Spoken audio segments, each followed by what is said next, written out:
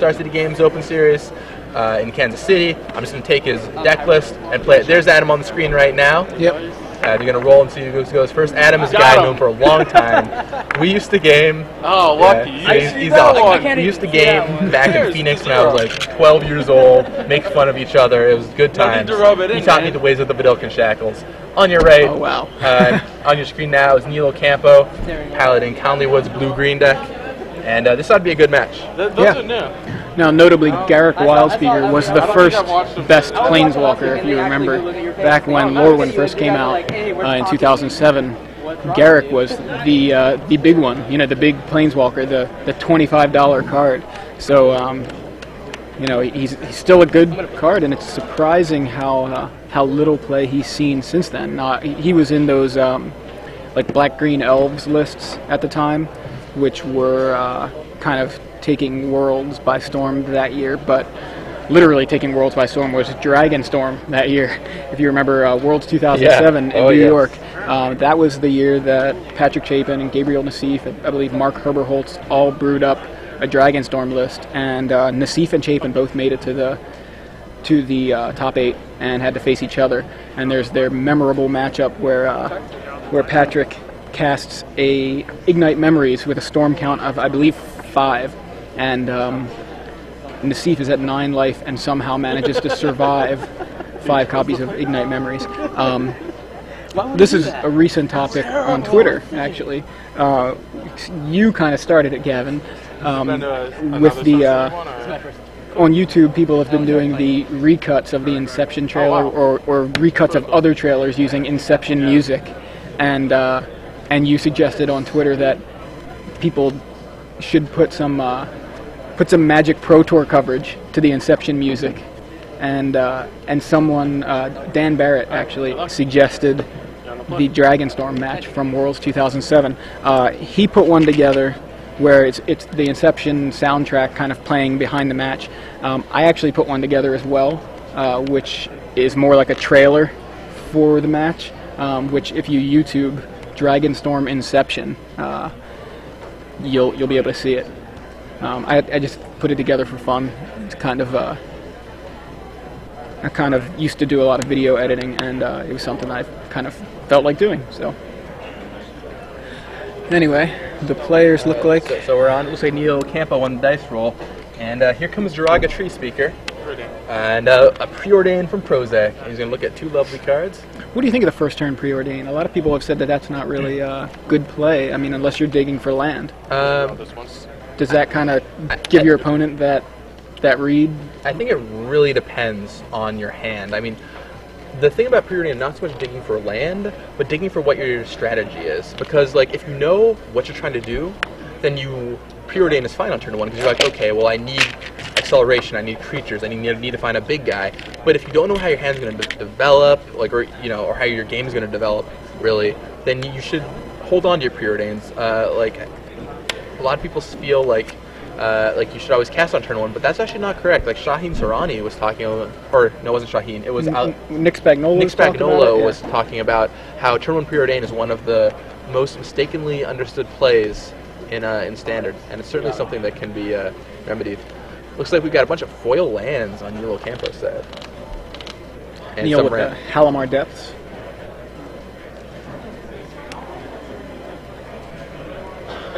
You know a card I miss? It only really saw the light of day for a short time. It was Treasure Hunt last year alongside Halimar Depths and Jace the Mind Sculptor. I mean, I guess there's just better options right now, but it was such a good feeling when you were like Halimar Depths and you set it up so your Treasure Hunt just digs you into your library. So much velocity digging through your library that way.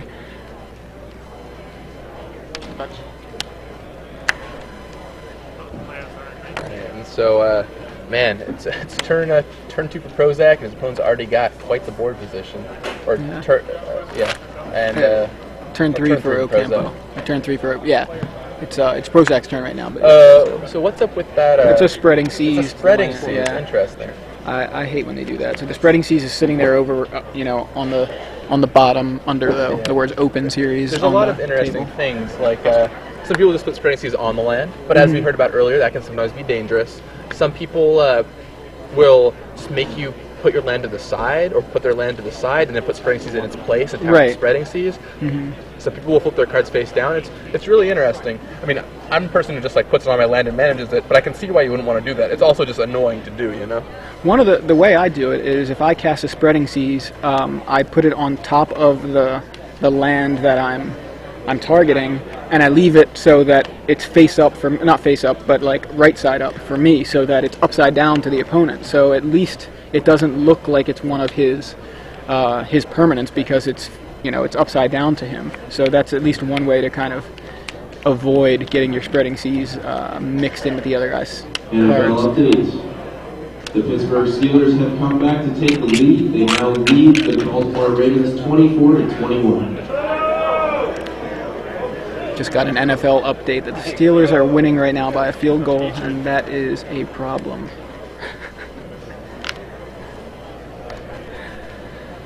On the Magic side of things, we have a Jiraga tree speaker and overgrown battlement leveling up the tree speaker. All right, and staring down Jace, and but Neil is certainly ramping up. And he has access to what, 1, 2, 3, 4, 5, 6 mana already. That's Titan range right there. Yeah.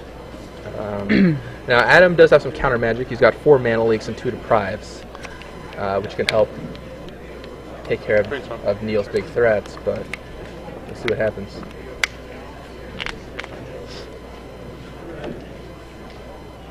So gonna do some brainstorming with Jace. When Adam was in the booth just moments ago, he was pretty excited about Jace. He's like, yeah, it's just the sweetest card. I can play with it today and tomorrow. And that's fair enough. Jace is good in all formats. He really is, yeah. It's amazing how the card is just impacted so wide. And a lot of people don't like Jace, but I feel like it's, or we know what Jace has done to the game, but I feel like it's great that a card has been released. It's not like a broken combo card or anything, or some degenerate stopping card. It's just a powerful card that can see play in every form. You can see it in Standard, Extended, Legacy, Vintage, Booster Draft. Yeah.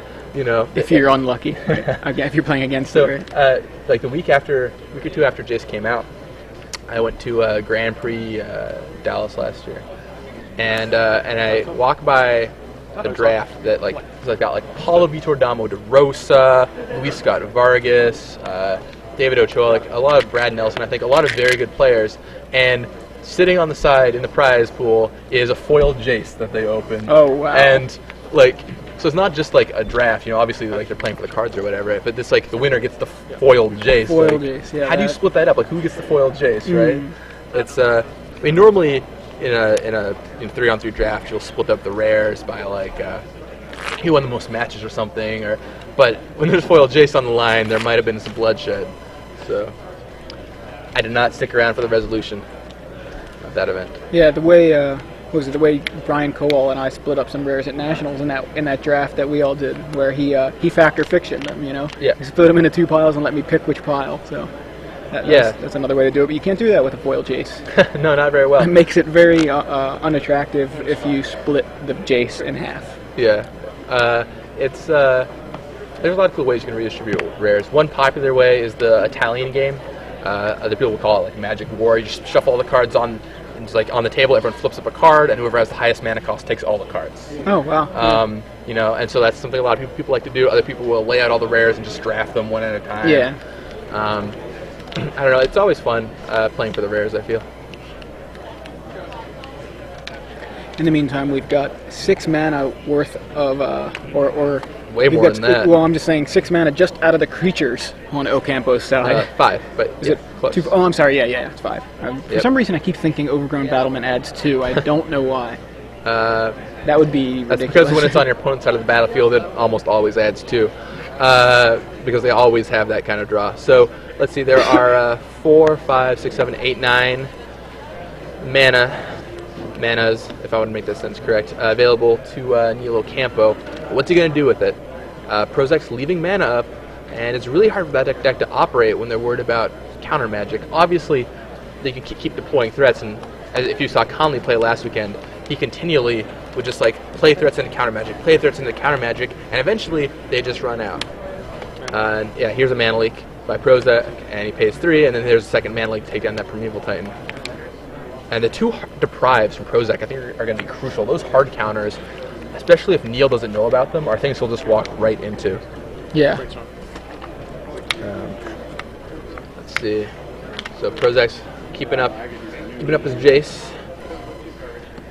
Did Ocampo attack into Jace? Is that what just happened with the tree speakers?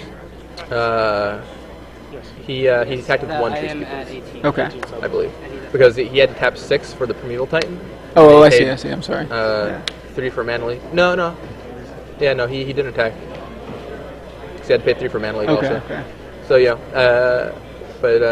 yeah. I saw him turn him sideways and thought he was attacking, but apparently he was just adding mana. Nope. Funny thing about elves, they like to turn sideways for reasons other than attacking.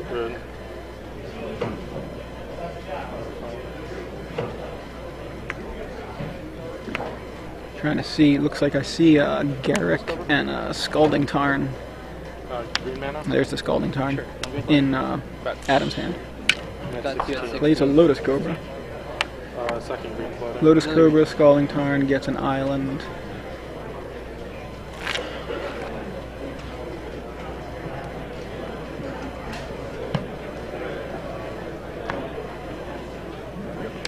Sure. Alright, so here comes the Garrick Wildspeaker, and that's kind of one of the big things in Prosak's deck. And it leaves up 2 blue, so I don't know if he has the Deprive in his hand, but if he does, it's going to be great.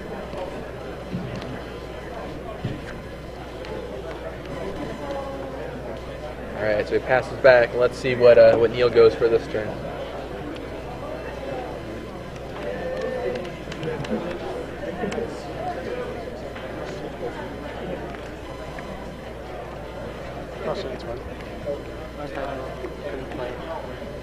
Alright, Frost Titan comes down for Neil Ocampo. And we'll see what that's going to do. Prosak's thinking, does he have the Deprive? Let's find out. Joey is taking a quick break, so we're joined by now I can tap it. coverage manager Glenn Jones here. Go ahead. Hello again, everyone. Oh, here's my pen, Joey. Let's see how it is. All right. And so, Glenn, just to catch up to date, we're watching Green-Blue Genesis Wave against Adam's kind of innovative take on the Blue-Red-Green archetype that Dan Jordan and Alex Bertolucci really got behind. Prosak has Garrick Wildspeakers, which have been great for him all day. I talked to him right before this match started, and he really said that they've been way better than Oracle Moldiah. He's got Deprives for a little more counter magic, and he's also split up his threats. 15. You don't have to worry about the Arc Trail problem, I suppose. If like a lot of people Oracle into Lotus Cobra, the Arc Trail blows you out there. And Garrick, definitely when you have a Cobra, is probably just you're dropping the biggest threat. Like you always want to be smashing. Right. I mean, Garrick still accelerates you just like Oracle did.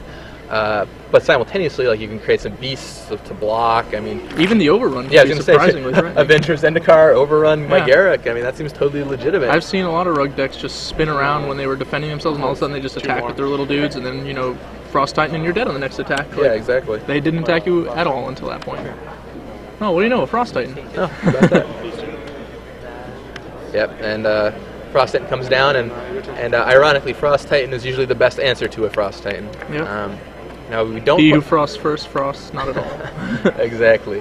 Now we don't know what's in Neil's hand, but it could be disastrous for Adam if he's able to launch like a Genesis Wave or something similar here. How big could he get a Genesis Wave right now? 4, 5, 6 exactly? 1, 2, 3, 4, 5, 6, 7, 8, 9. Yeah, 6 exactly. But he doesn't have it, so he just goes for the Spreading Seas, knocking down Adam's green source. And that is his only one. Yeah. And I must say, Neil, Cobra, of course. Neil looks a little crestfallen. He's looking at the cards in his hand, trying to figure out how he's going to get himself out of this. None of them are as good as Jace, Garrick, or Frost Titan. Yeah, that much is clear. Look at Adam's board. Isn't that just the sweetest deck? You've got Jace, Garrick, Lotus Cobra, and Frost Titan. Oh man, he's got the Deprive in hand. This game's on lock and key. Yeah. Adam is. If a meteor hits him, then he might lose, but it would still be a race. Adam is really far ahead, and his deck's doing exactly what he wanted. Like, he was in the booth and he was talking about, how against all these decks, the deprives are important because you really want to be able to have that hard counter. And he's diversified his threats, so he can launch a bunch of different things. And the Garriks, just once again, they look phenomenal. I think that's a wonderful upgrade for the archetype.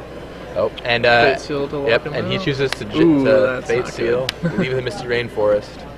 Anytime they Fate Seal and you keep it, it's it's just a sinking generally feeling. over in this spot. Although keeping a fetch land isn't the worst, since you can make sure their Jace doesn't hit next turn. I mean, he's going to overrun next turn and just kill this guy. It's true. Yeah, that should be lethal, and if not, it'll put him way too far behind to possibly win the game. Yeah, exactly. And Adam's doing the math right now to try and figure it out, but that looks like 5, 11, and 17 points of power, and he can block 4, 5, 6, 7, 8. Yep, math checks out. And here they come. Oh, and he locks down the creature. I think that might just be lethal. Yep. Well, that's why he's over there.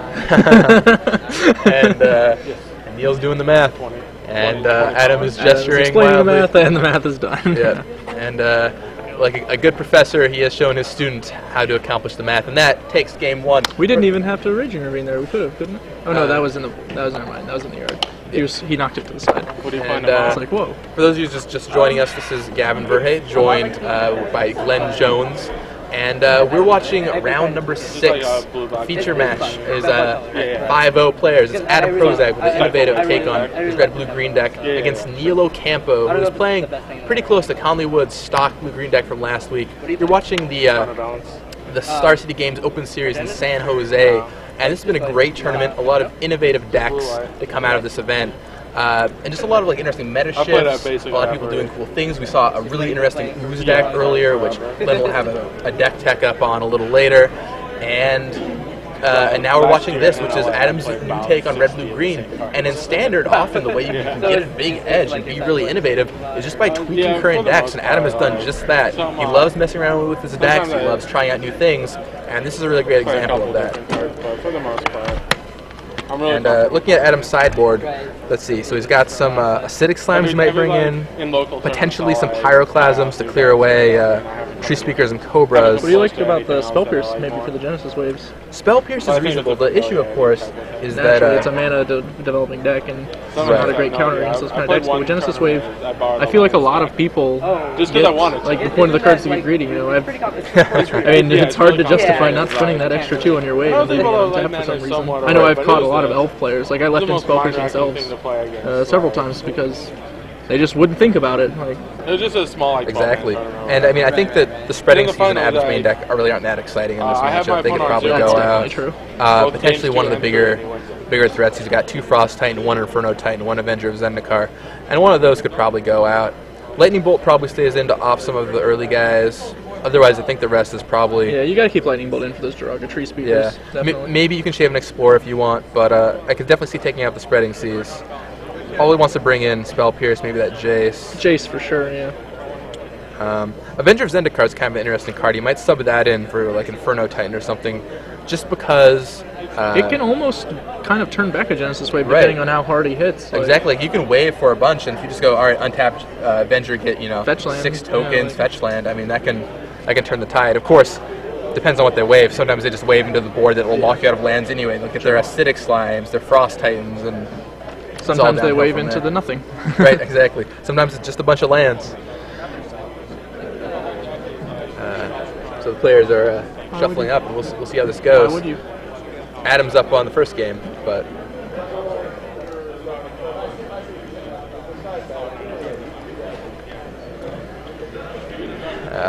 Adam is always a great player to play against. He's always having fun. He's always comical. Even in the direst of situations, he'll be playing in the finals of a PTQ. He'll be playing for a berth, a high-placing berth at Nationals. He's just joking around, having fun.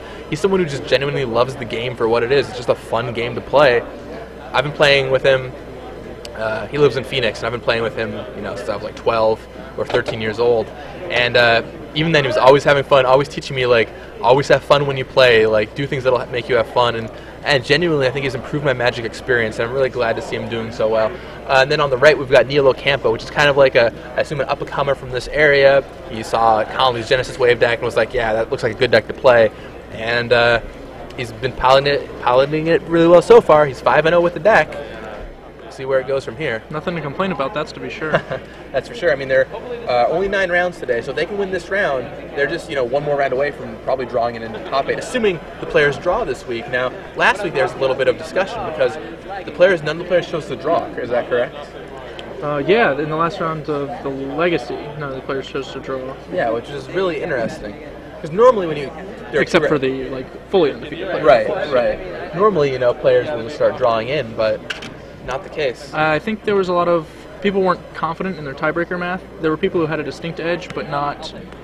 There was no one who was ahead by 11 points or anything like that. I don't think. Like all of the margins were 3 to 8, and while 3 points is a big jump, I've seen that happen, of course. But I mean, generally, I will feel personally confident drawing in with 3 points. If I'm going to get got that weekend, I guess I'm getting got. Right. But those guys decided not to take the chance and just play it out. Yeah. And it paid off for Lewis Laskin, who snaked in at 8th place. Yeah, and that worked out really well for him with his innovative green and taxes deck. Yeah, I liked that deck a lot. It seemed really sweet. Knight of the Reliquary and Wasteland is just so dirty. Oh, man. Dirty. Definitely. And it looks like we're off to the races. Neil keeps his hand, and Prosak's mulling over his. And it has Preordain, which is definitely tempting. Any hand with a Preordain. Yep, and he decides to keep. So Preordain keep. Yep, Prosak's going to go for the turn 1 Preordain. And a lot of people don't feel like you should play it on turn 1. Some people do, and I think it depends on your hand. And this is a hand that looks like has a lot of lands, and he's going to want to dig to find some action. Find a Lotus Cobra, find that Explorer that he needs. I think because, especially in the Lotus Cobra decks, the turn 1 Preordain just winds up being correct so often, unless you already have the Lotus Cobra. Yeah, because exactly. He just supercharges. Oh, and there it is. The Lotus Cobra is right there on top. And Lightning Bolt, too, to even back it up. Oh, we got that Forest Mountain Raging being the perfect lands. Wow. This one is developing nicely, I think. Yeah. Yep. So, if Neil's plan goes according to plan, it seems like he'll probably lay a Man Accelerator here and then start going off an Accelerator. But no, he just passes back. He doesn't have anything. That's not good, actually. He must be holding Leak probably for the. Well, the Genesis Wave deck doesn't play. He doesn't play Leak? Yeah, really? they can't. Because of the wave. Yeah, no, good call. And you're also just tapping out so often. When I watched Conley play the deck last week, often what they do is it just be tap out for a threat. Okay, you have a counter spell. Well, tap out again. And so they really want to be the aggressor. It's interesting because I feel like their deck's actually kind of threat light, considering. I mean, you have the Giant Expo, of course, on the Titans, but it's not really that many. I guess the Slimes. Yeah, well, I mean, you've got 7 Titans, 4 Slimes, and 3 Genesis Waves, so that's. I guess the Slimes take up that slack. Yeah, I mean that's 8, 11, that's 14 plus Jace if you want to count that. We are going to seize the forest. And and so the forest goes down, but Adam looks pretty cheery. He's got a Lotus Cobra to back it up, so he can still get all the mana he wants. And I'm almost wondering if maybe Neil didn't try and dig for a creature there because he was really looking for make sure that it didn't just get lightning bolted. Could be.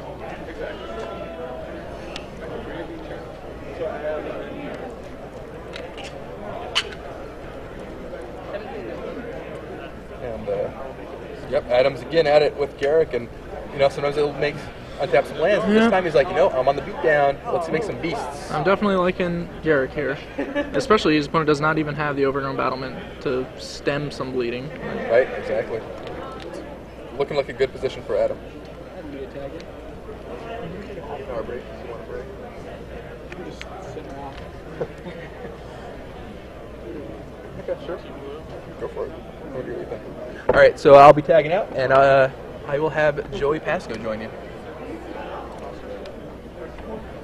Joey, back from lunch. Was it delicious? It was delicious. All pizza. right. I've never had pizza before. Really? No, not at all. Not really at all. Just checking. Keeping up with the. I mean, I introduced Lauren Lee to Chick-fil-A a few weeks ago. She'd never had Chick-fil-A before. And I found that kind of odd too. Yeah, I mean, she was at GPDC, and there was a Chick-fil-A right across the parking lot. How could she have missed it? We wound up grabbing all of the sauces, literally just asking for one of every sauce so that she could rank them in a tier system. That's And Chick-fil-A sauce, unsurprisingly, won out for her. My favorite, yeah. Polynesian also sharing a high tier. I guess you won't. I believe Ranch wound up, towards the bottom. Yeah, So- I used to get their honey mustard sauce all the time, and then they introduced that Chick-fil-A sauce, and I'm like, so Strict upgrade, yeah. yeah.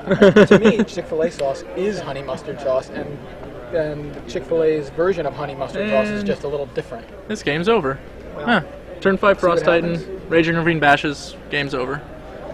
Thrilling Two stuff. games to 0.